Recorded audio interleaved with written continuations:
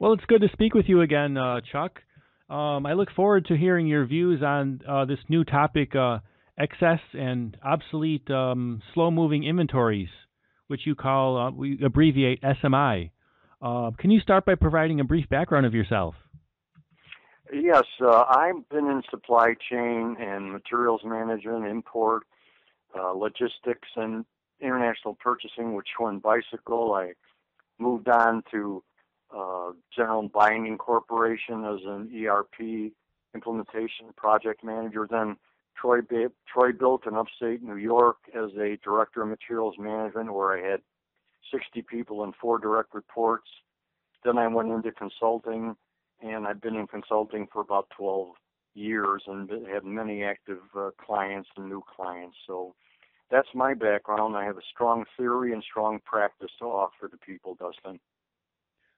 And can you briefly introduce what is the excess and obsolete slow-moving inventories management and disposition? Well, excess and obsolete and slow-moving inventory occurs when the warehouse gets completely full and you're looking for additional space and you don't know what to do, and all of a sudden you go into your inventory and you do what's called a Pareto's principle. Pareto's 80-20 principle says that 20% of the total is 80%.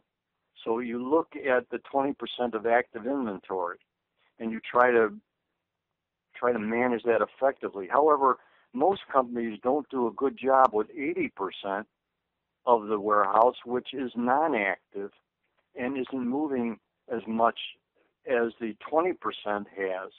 So companies have to do a better job, in my opinion, of working with this 80% of excess and obsolete and slow-moving inventory. And my article gets into the fact that all this is money, all this creates space, it's excessive, it's not a good initiative.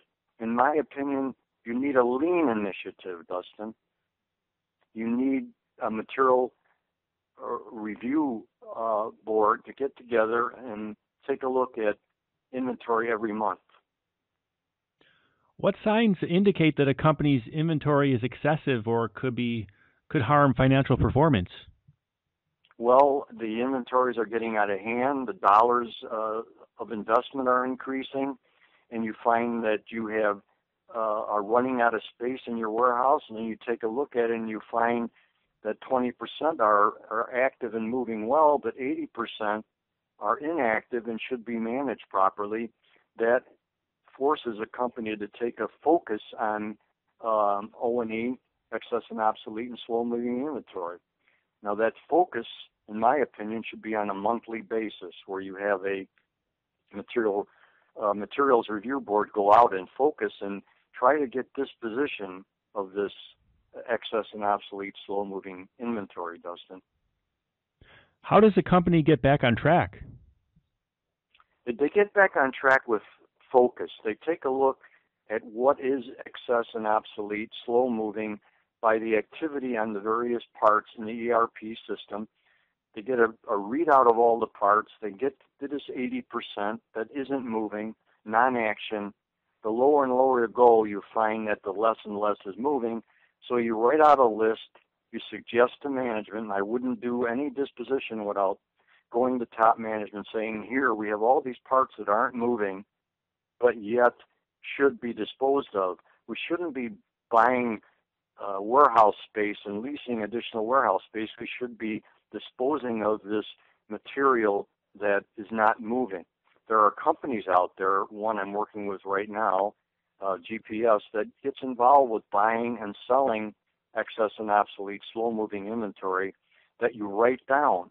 If management agrees to write down this inventory and dispose of it, there are companies like GPS that can buy this material, put it in their warehouse, and if in fact the company needs it again for another bill of material for a new product, you can even buy it back from GPS and put it back in your warehouse as part of that new bill of material. So there are places to dispose of slow-moving excess and obsolete inventory. What can a company do to ensure the processes are being followed? Well, they should write a standard operating procedure, in my opinion, an SOP that focuses on how the Materials Review Board should operate on a monthly basis to review the lower percentage of inventory that isn't moving. Once they do this on a monthly basis, in my opinion, with good focus, the amount of slow-moving inventory will get lower and lower, and you should be getting more space in your warehouse and disposing of that material which is not moving. And that's the positive end. So a standard operating procedure should be written, followed, and adjusted as need be on a month-to-month basis. With proper focus and disposition, the material will then be reduced. What can a company do in the meantime with slow-moving or obsolete inventory?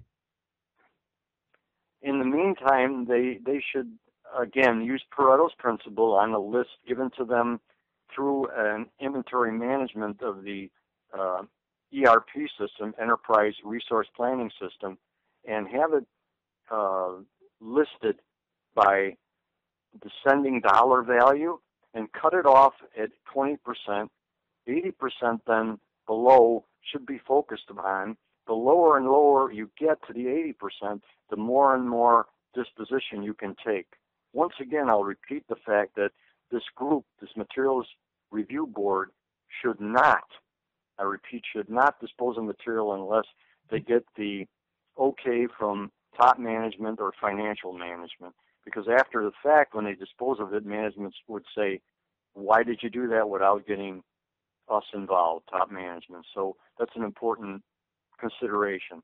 While you're looking at this area, I believe that RMAs, or return material authorization, should be looked at, and return to vendors, RTV material, which also takes space, should be looked at as well with the Materials Review Board. And my last question is, why will banks scrutinize a company's inventory management before granting loans?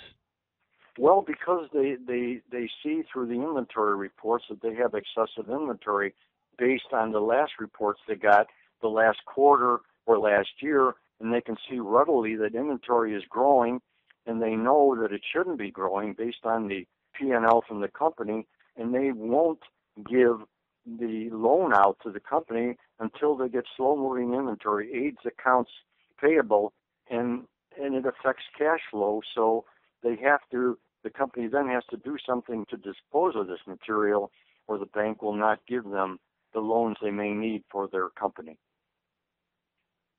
Thank you again, Chuck, for sharing your views on supply chain and your experiences dealing with supply chain management. It's my pleasure, Dustin. It's always a pleasure to work with you. You're one of the specialists in that area, and it's my honor. Thank you very much. Thank you. Okay.